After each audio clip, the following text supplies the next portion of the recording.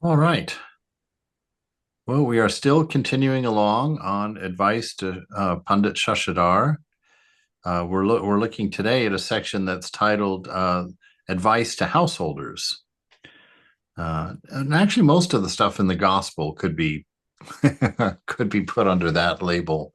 I was always told by Swami Prabhupada that the gospel really is written for the householder path, because it's written by M, who was a householder, and whenever he was in the audience, that means Ramakrishna was talking to the devotees, and that Sharadananda's book, the Great Master, that was written by Sharadananda, of course, and that was what he talked about when he had his monastics in the room with him.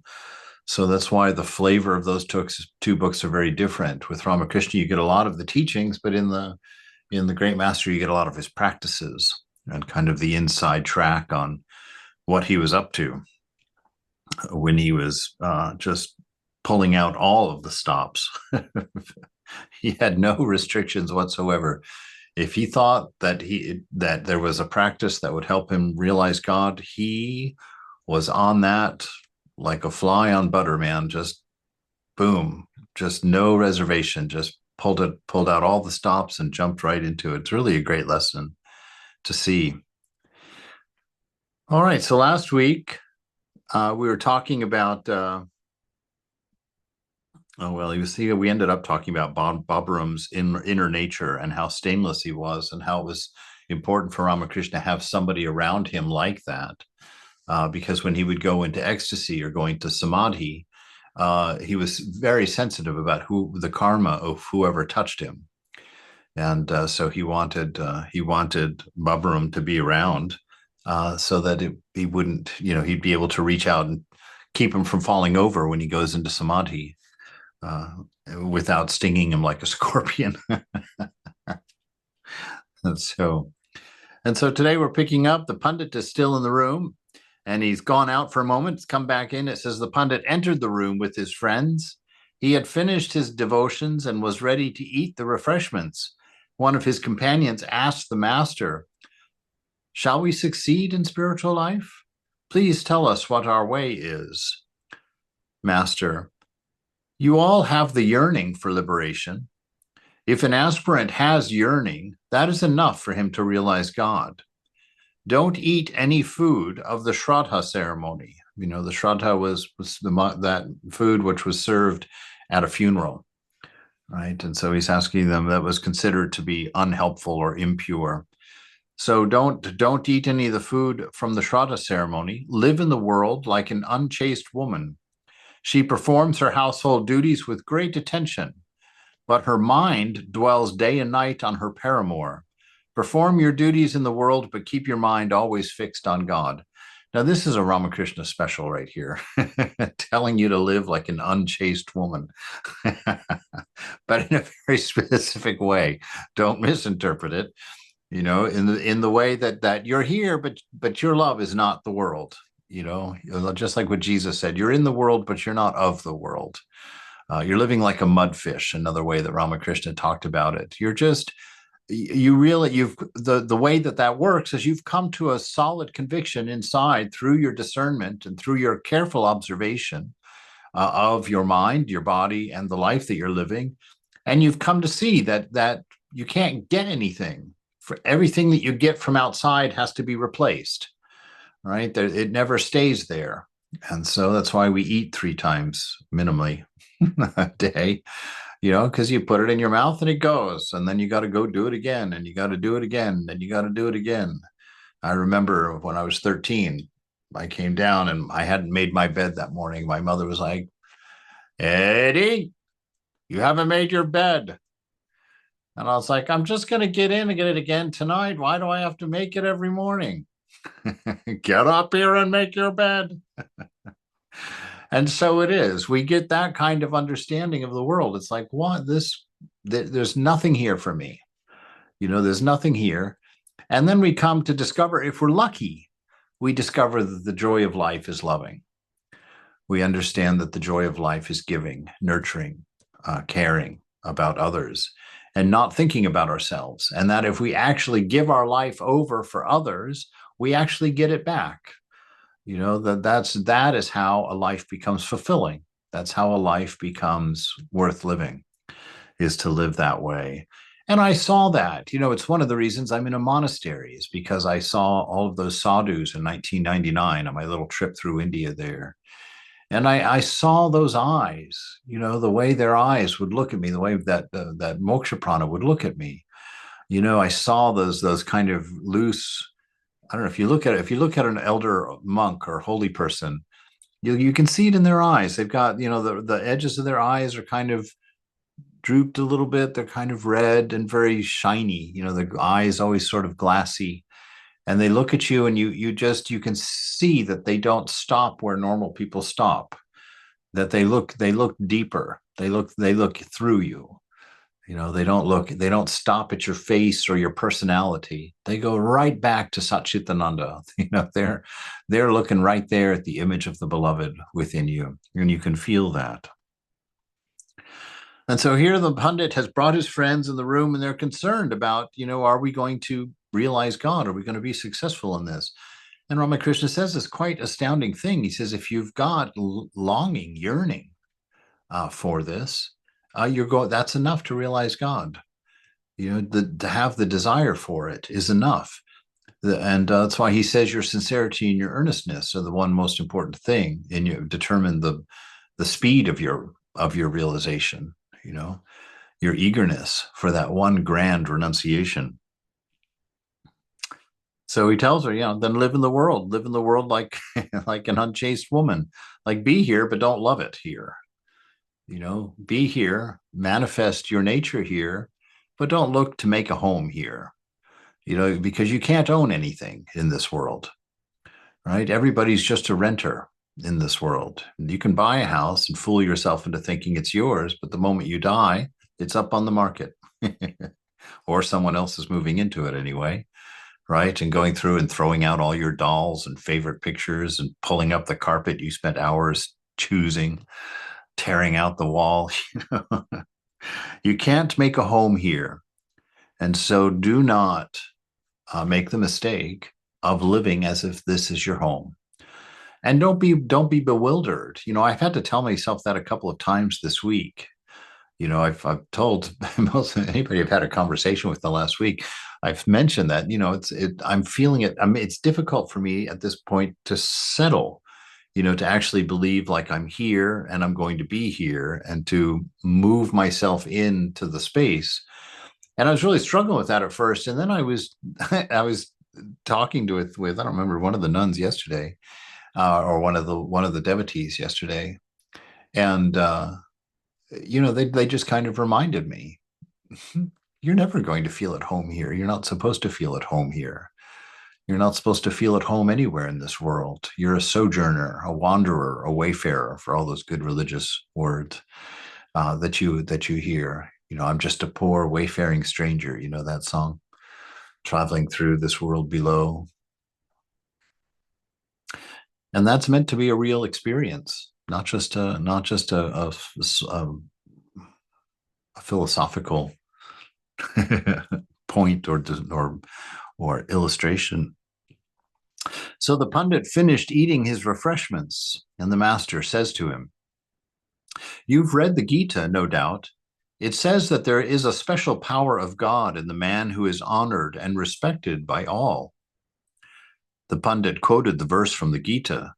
The master, "You surely possess divine power." Pundit, "Shall I labor with perseverance to finish the task that I have accepted?" Sri Ramakrishna forced himself, as it were, to say yes. He soon changed the conversation. Master, one cannot but admit the manifestation of power. Vidyasagar once asked me, has God given more power to some than to others? I said to him, well, certainly. Otherwise, how can one man kill 100? If there is no special manifestation of power, then why is Queen Victoria so much honored and respected? Don't you admit it? Well, he agreed with me. The Pandit and his friends saluted the master and were about to take their leave. Sri Ramakrishna said to the Pandit, come again. One hemp smoker rejoices in the company of another hemp smoker. They even embrace each other, but they hide at the sight of people who are not of their own kind. A cow licks the body of her calf, but she threatens a strange cow with her horns. Everyone laughs. The pundit left the room. With a smile, the master said, "He has become diluted, even in one day. Did you notice how modest he was? And he accepted everything that I said." Ramakrishna is impressed with him because he, apparently had some of that pundit attitude when he showed up, and that disappeared. He took on some humility in the presence of Ramakrishna. It's quite lovely when you meet somebody. I was going to bring that up. I'm going to give an illustration for it, but don't yell at me.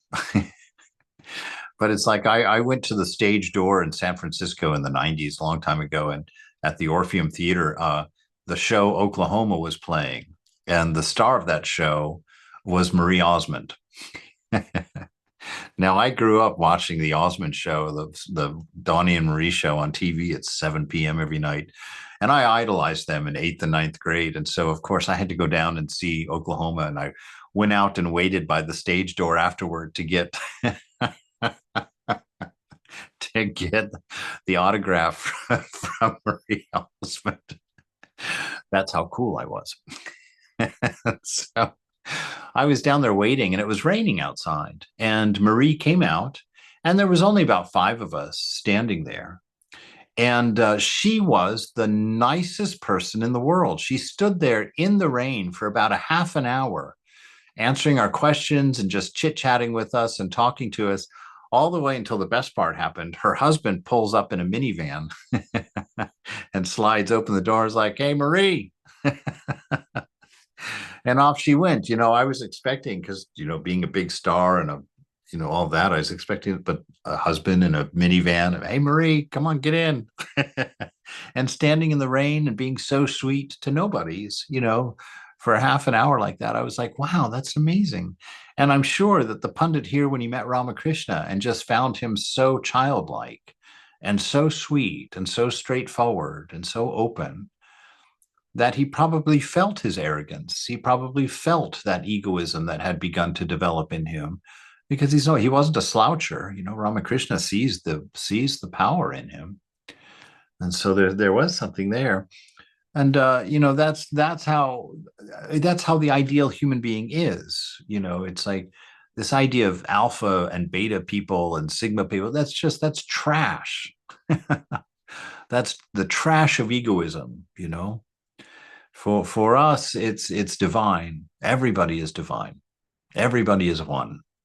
We don't we honor some people. We honor those people who have they're guileless, that are wonderful and friendly and humble people. We honor people who have character, who say what they mean and mean what they say. People who are true to their vows, true to their word. These are the people that we honor. We honor people who will tend to not get arrogant by being honored. People who are aware that they are not the doer, that they are not the one responsible for what they are. I've always been amused, when I've sometimes when I sing, people say, "Oh, you have such a nice voice." And, I thought that's such a funny thing to tell somebody, or to compliment, or even to take it as a compliment, because that's something you have nothing to do with. It's like you get a voice, and it's the one you were born with. If you're a beautiful person or a handsome person, we tend to get arrogant about those things. We tend to get prideful about those things. But why? You had absolutely nothing to do with it. It's just a matter of circumstance. You were born with that face or that body, And so for us, as we work in our spiritual life, we don't work to become humble. We work to realize we're not the doer, and that everything we have is a gift of grace, a beautiful gift of grace given so freely, as a mark of love, as a mark of devotion to us, that it's not just our devotion to God, but it's the divine devotion to us as the children, as the servants, as the lovers, as the husbands, wives, and children, depending on how we think God sees us. But it's to surrender to that. And through that, just that sitting in the presence and sitting in that silence, this is how we learn these things, because we are these things. We don't have to read books on them. We don't have to read how to become a devotee, right? We don't have to do that. We just have to sit in quiet surrender at the feet of the beloved, and all of that will become apparent. All of that will become obvious to us, right? And so Ramakrishna is joking, he says, well, to maintain that, just come here every now and then. You've got the yearning, you're going to get there. So that's an assurance to all of us. You've got the yearning, you're going to get there. So just be like fellow hemp smokers, pot smokers. Just look around and be glad when you see each other, and encourage each other when you see each other, and prefer each other's company over worldly company. Don't prefer to go out with your worldly friends and do worldly things. Prefer time with your spiritual brothers and sisters, where you can talk about meaningful things, be reminded of things that last, and get support in being a person of character, in being a person of honesty and self-control, someone who's genuinely good because they have found the genuine nature within themselves. Moonlight flooded the semicircular porch, and Sri Ramakrishna was still seated there. M was about to leave. Master, tenderly, must you go now? Yes, sir, let me say goodbye. Master, I've been thinking of visiting the houses of the devotees. I want to visit yours also. What do you say? Yes, that would be very fine. Sri Ramakrishna was sitting in Balaram Bosa's house in Calcutta. It's Thursday, July 3rd, 1884. It was the day of the return car festival. The Lord of the universe was worshipped in Balaram's house as Jagannath. There was a small wagon, a little pull wagon, with a rope on it. There was a small pull wagon in the house for the use during the car festival. They would put the household deity onto this car and parade it, take it outside, give it some fresh air, let it see the sights a little bit on this day. And so you would see people pulling their deity out, taking them out, and there'd be a celebration and food and everybody coming together. And, it would be a lovely time. So this was happening at Balaram's house. And you can still see that car in their house, actually, if you go there, maybe in a year from November, when we get that group together to go over there, you all get to see on the cart.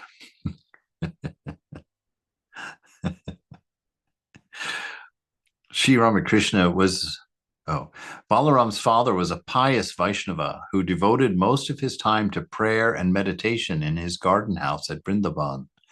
He also studied devotional books and enjoyed the company of devotees. Balaram had brought his father to Calcutta to meet the master.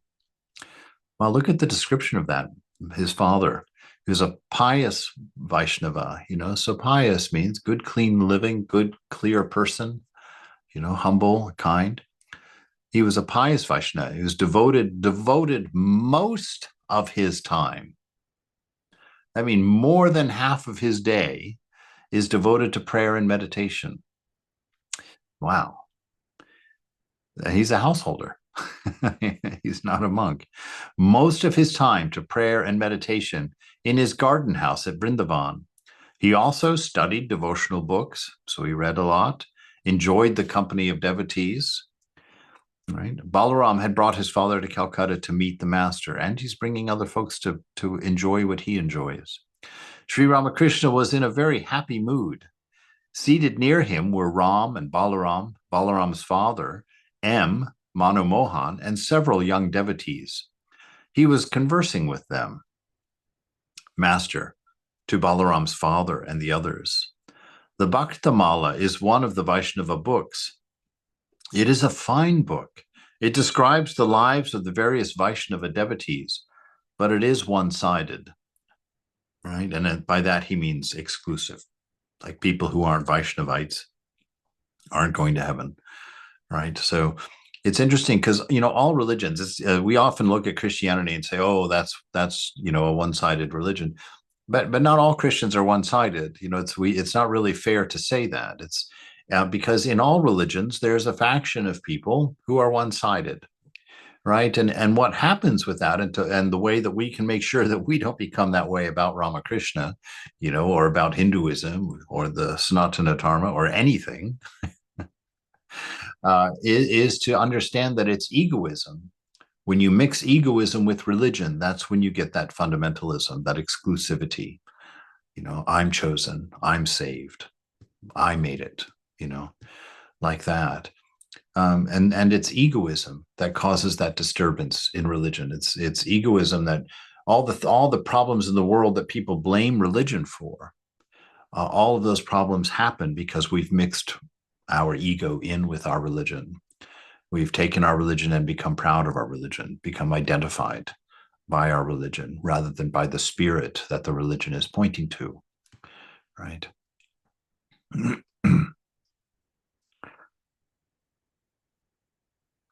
But it is one-sided. At one place, the author found peace of mind only after compelling Bhagavati, the Divine Mother, to take her initiation according to the Vaishnava discipline.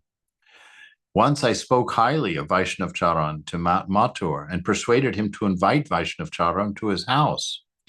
Mathur welcomed him with great courtesy. He fed his guest from silver plates. Then do you know what happened? Vaishnav said in front of Mathur, "You will achieve nothing whatsoever in spiritual life unless you accept Krishna as your ideal." Right? But you see how that egoism in our religion can blind us to common decency. This person has you've gone to their house, you've eaten their food, they've treated you with great respect, pulled out their very best dishes for you. And the first thing you do is tell them that their religion is worthless, and then they're not going to get anywhere at all unless they believe what you believe, unless they worship what you worship. And see, this is not a particular way of any one religion. This is what happens when you get out of balance, when you have made a little bit too much room for your ego in your spiritual ideal. Right? You will achieve nothing whatsoever in spiritual life unless you accept Krishna as your ideal. Mathur was a follower of the Shakta cult and a worshiper of the Divine Mother. At once his face became crimson. I nudged Vaishnav Charan. So you can see that anger. He probably had that telltale vein sticking in his neck that comes out and starts pulsing when you get super angry. And Thakur probably looked over and was like, "Oh my," gives him a nudge like, no fighting, no fighting yet. I nudged Vaishnav Charan. I understood that the Bhagavata also contains some statements like that. I hear that it is said there that trying to cross the ocean of the world without accepting Krishna as the ideal deity is like trying to cross a great sea by holding the tail of a dog. Each sect magnifies its own way. Right? The Shaktas, too, try to belittle the Vaishnavas. The Vaishnavas say that Krishna alone is the helmsman to take one across the ocean of the world.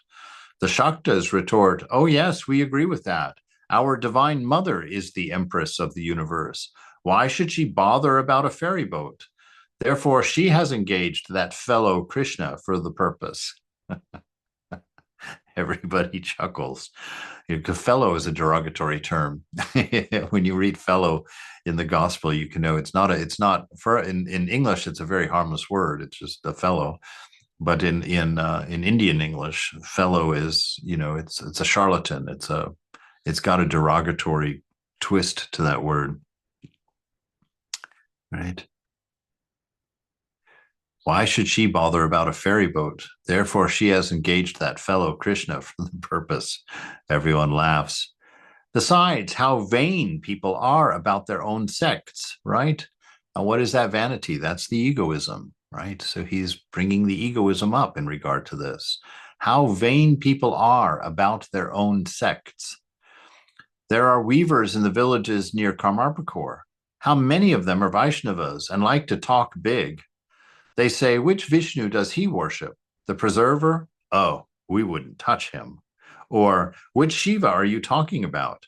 We accept the Atma, the Atma Rama Shiva. Or again, please explain to us which Hari you worship. They spin their yarn and indulge in talk like that, right? Rati's mother, Rani Katyayani's favorite confidant, is a follower of Vaishnav Charan. She is a bigoted Vaishnava. She used to visit me very frequently, and none could outdo her in devotion. One day she noticed me eating the prasad from Kali temple. Since then, I haven't seen even her shadow.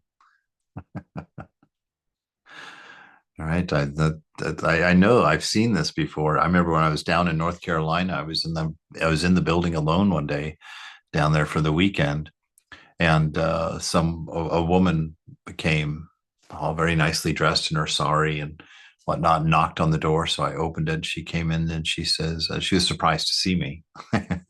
Obviously, a white guy dressed in Garawa. She was taken aback by that. She comes in and she says, is this a Hindu organization?" I said, "Yes, it is."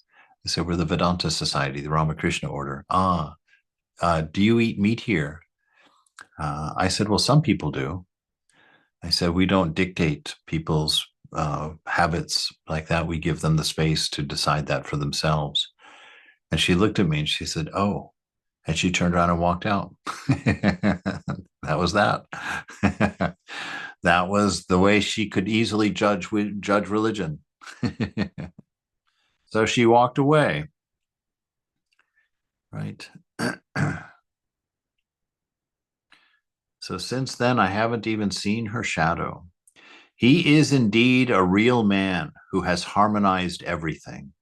Most people are one-sided, but I find that all opinions point to the one.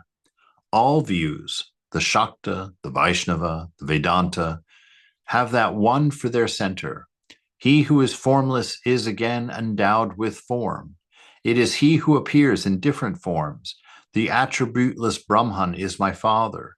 God with attributes is my mother.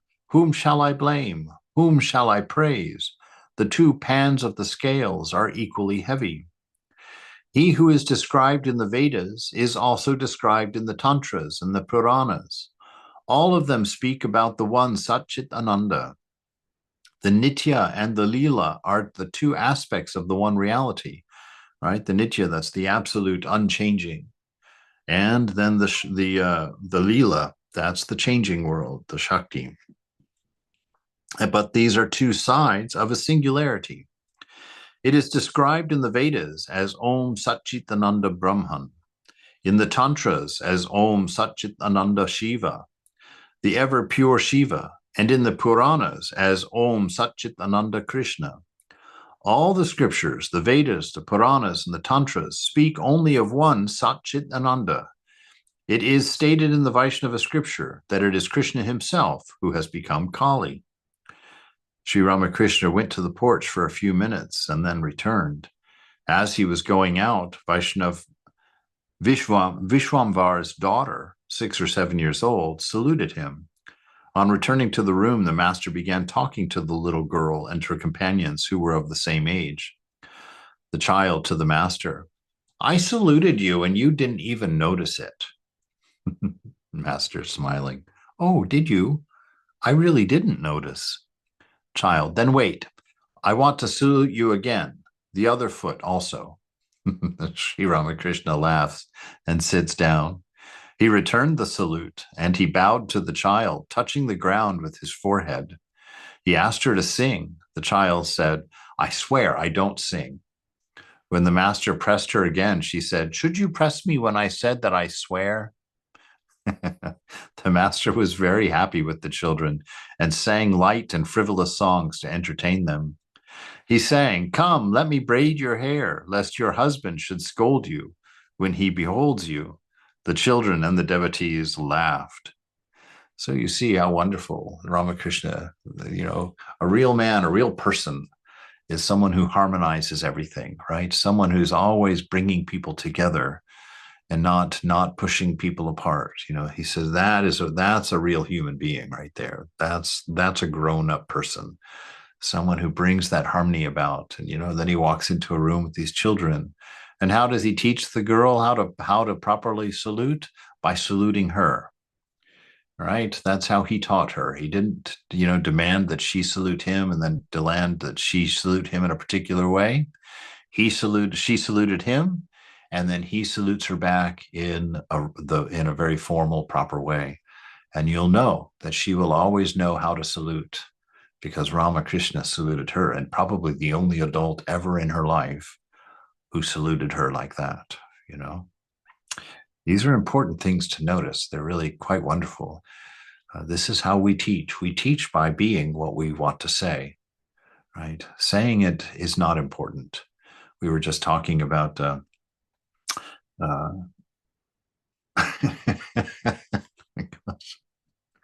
Sarah, help me. What was his name? Your Swami in Portland?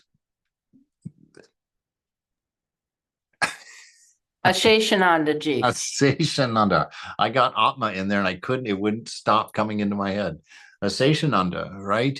Why was he such a big impact? It wasn't because he spoke well and because he talked loudly. It's because he lived it. He was talking about what he had seen and what he knew to be true, right? And we were changed by it because he was changed by it.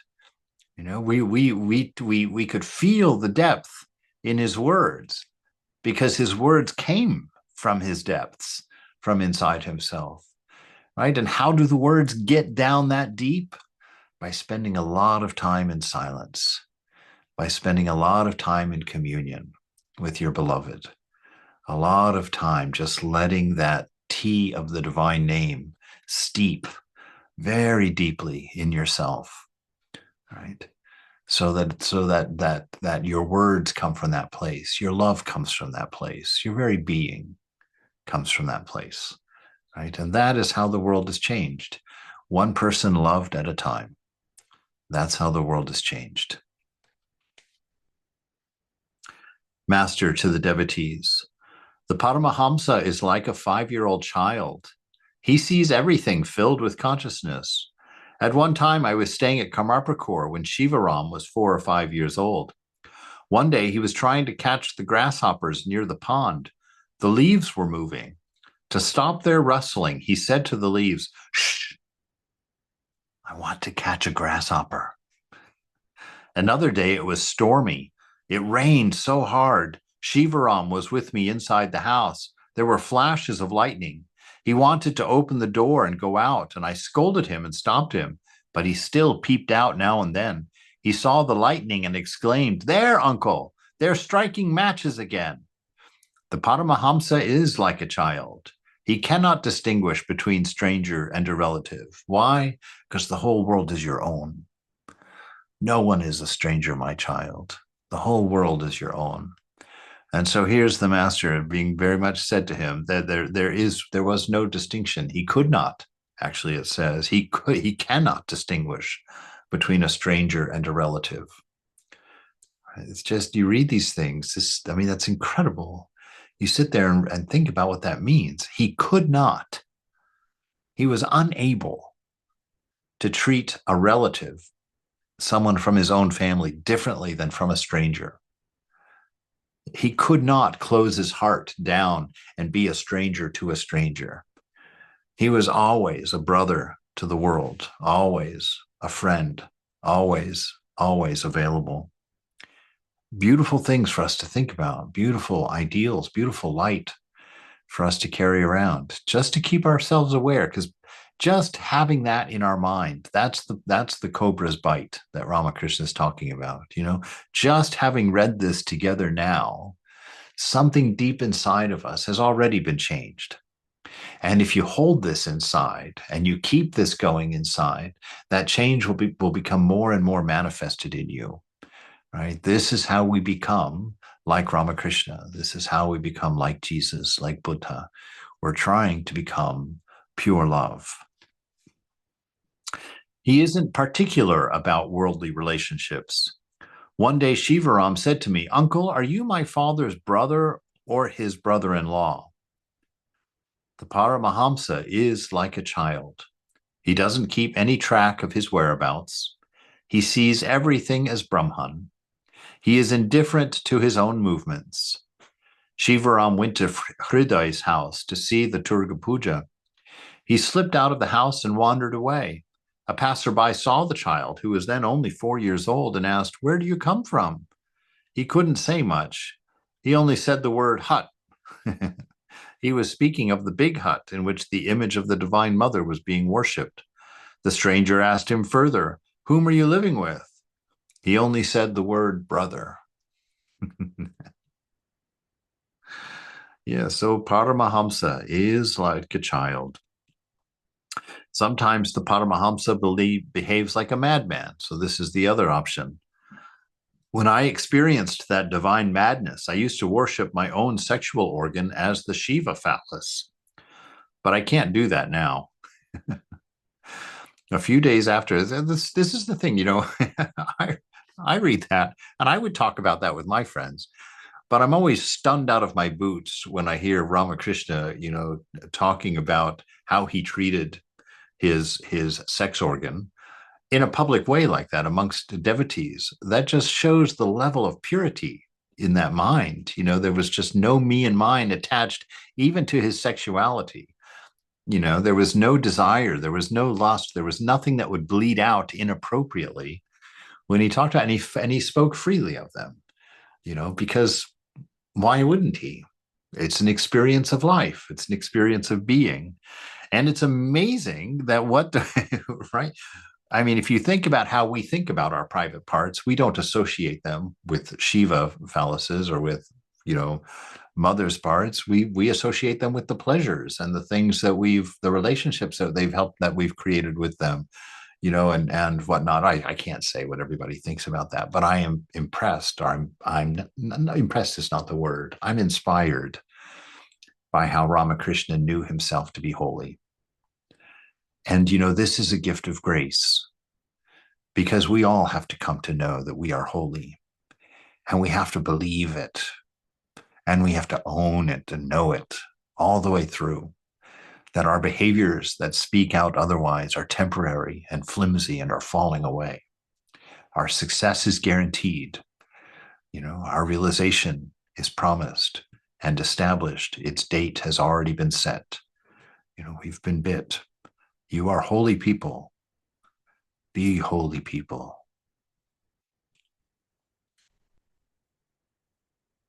A few days after the dedication of the temple at Dakshineshwar, a madman came there who was really a sage endowed with the knowledge of Brahman. He had a bamboo twig in one hand and a potted mango plant in the other, and was wearing torn shoes. Okay. All right. So we got a person carrying a bamboo stick in one hand and a potted mango plant in the other, and he's wearing torn shoes. He didn't follow any social conventions. If that wasn't clear with his choice of companions there, now it's clear. He is not following social conventions, right?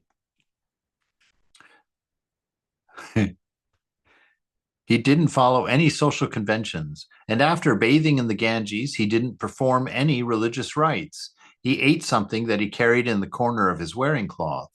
Then he entered the Kali temple and chanted hymns to the deity. The temple trembled. Haladhari was then there in the shrine. The madman wasn't allowed to eat at the guest house, but he paid no attention to this slight. He searched for food in the rubbish heap where the dogs were eating crumbs from the discarded leaf plates. Now and then he pushed the dogs aside to get his crumbs. The dogs didn't mind either. Haladhari followed him and asked, "Who are you? Are you a Purnagyani?" The madman whispered, "Shh. Yes, I am a Purnagyani." My heart began to palpitate as Haladhari told me about it. I clung to Hriday. I said to the Divine Mother, "Mother, shall I too have to pass through such a state?" We all went to see the man. He spoke words of great wisdom to us, but behaved like a madman before others. Haladhari followed him a great way, and then when he left the garden, after passing the gate, he said to Haladhari, What else do I have to say to you? When you no longer make any distinction between the water of this pool and the water of the Ganges, then you will know that you have perfect knowledge. Saying this, he walked rapidly away. Wow, that's an encounter. That's a real encounter right there. So, he's talking about the water in the ditch. That's in one place when that story is told, it's the ditch water. That's the open sewage in Calcutta. And if he as a holy man is saying, when you can't distinguish between the water in that ditch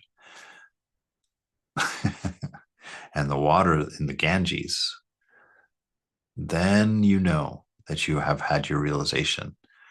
Why? What's he really saying? Remember, we talked about everything is just a thought, right?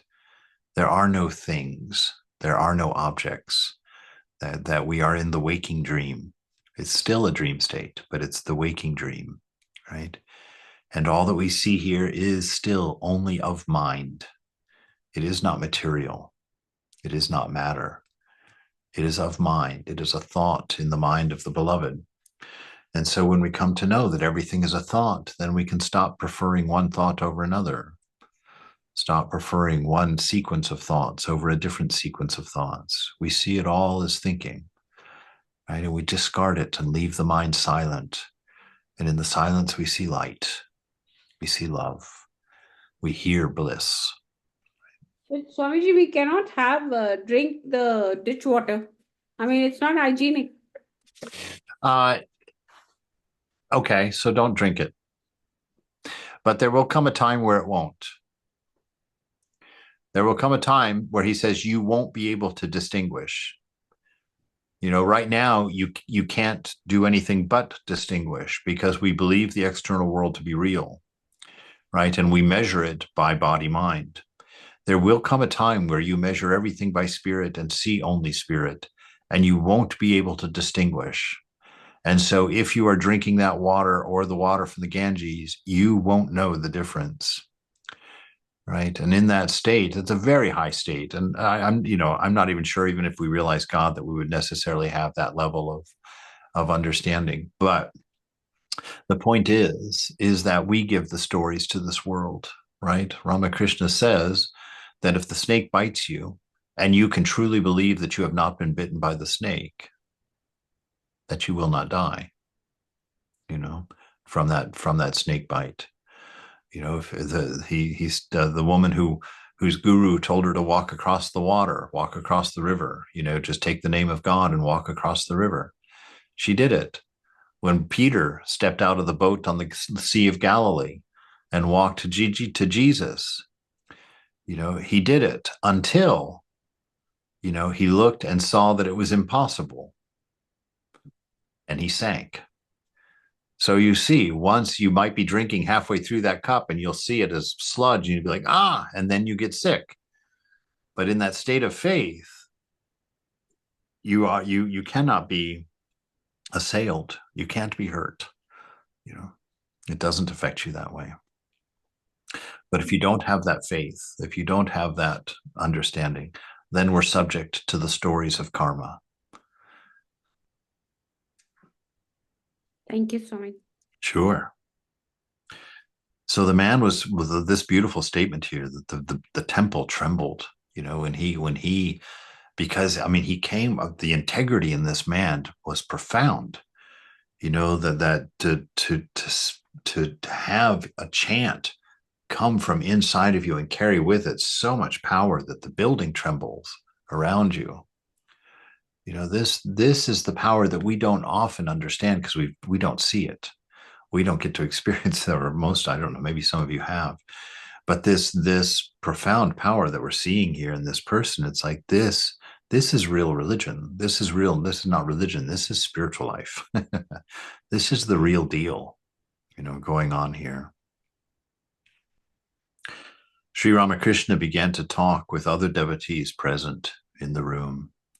Master to M, how do you feel about Shashadhar? M, oh, he's very nice. Master, he is very intelligent, isn't he? Yes, sir, he's very erudite. Master, according to the Gita, there is a power of God in one who is respected and honored by many, but Shashadhar has still a few things to do. What will he accomplish with mere scholarship? He needs to practice some austerity. It is necessary to practice some spiritual discipline. Gauri Pandit practiced austerity. When he chanted the hymn to the Divine Mother, the other Pandits would seem no more than earthworms. Narayan Shastri was not merely a scholar either. He practiced sadhana as well. He studied for 25 years without a break. Nyaya alone, he studied for 7 years. Still, he would go into ecstasy while repeating the name of Shiva. The king of Jaipur wanted to make him his court pundit, but Narayan refused. He used to spend much time here. He had a great desire to go to the Vashishta ashrama to practice tapasya. He often spoke to me about it, but I forbade him to go there. At that, he said, "Who knows when I shall die? When shall I practice sadhana? Any day I may crack." See that attitude? Always never fooling ourselves, right? It's very important that we don't hide from our reality. You know, if we're growing older, it's important to accept that and to know it. Don't hide from impending death. You know, don't hide from impending illness or whatever may befall us. Always stand ready to accept what comes. Right? Always keep that discernment alive. Always keep that dispassion alive. Always know that the moment is perfect. Right? And I'm sitting here as I'm saying this to you, I'm running through all of my little circumstances during the week, you know, where I wasn't feeling at home, or I wasn't feeling settled, you know, or I was just vibrating in the head, you know. It's like, no, bring yourself always back to center. Bring yourself always back to the moment. Accept it as a gift, as perfect.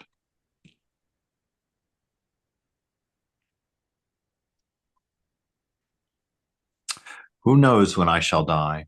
When shall I practice sadhana? Any day I may crack. After much insistence on his part, I let him go. Some say that he is dead, that he died while practicing austerities. Others say that he is still alive and that they saw him off on a railway train.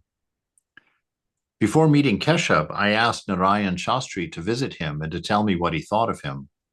Narayan reported that Keshab was an adept in japa. He knew astrology and remarked that Keshab had been born under a good star. Then I went to visit Keshab in the garden house at Belgaria. Hriday was with me. The moment I saw Keshab, I said, "Of all the people I see here, he alone has dropped his tail. How can he now live on land as well as in the water like a frog?" Right? That's what he's talking about, the tadpole that loses its tail as it becomes a frog. You know, so when we realize God, our tail drops off. Ramakrishna says that until then, we're all children. None of us is an adult until we realize God. He was telling his young boys that. He says, no one is a man unless he knows God. Keshab sent 3 members. Oh, it's 5:27. We'll finish this paragraph. Keshab sent 3 members of the Brahmo Samaj to the temple garden at Dakshineshwar to test me. Prasana was one of them. They were commissioned to watch me day and night and to report to Keshab. They were in my room and intended to spend the night there. They constantly uttered the word Dayamaya and said to me, "Follow Keshab Babu. That will do you good." I said, "I believe in God with form." Still they went on with their exclamations of Dayamaya. Then a strange mood came over me. I said to them, "Get out of here." I didn't allow them to spend the night in my room, so they slept in the veranda. Captain also spent the night in the temple garden the first time that he visited me. Right. Yeah, we'll pick up on that the next time.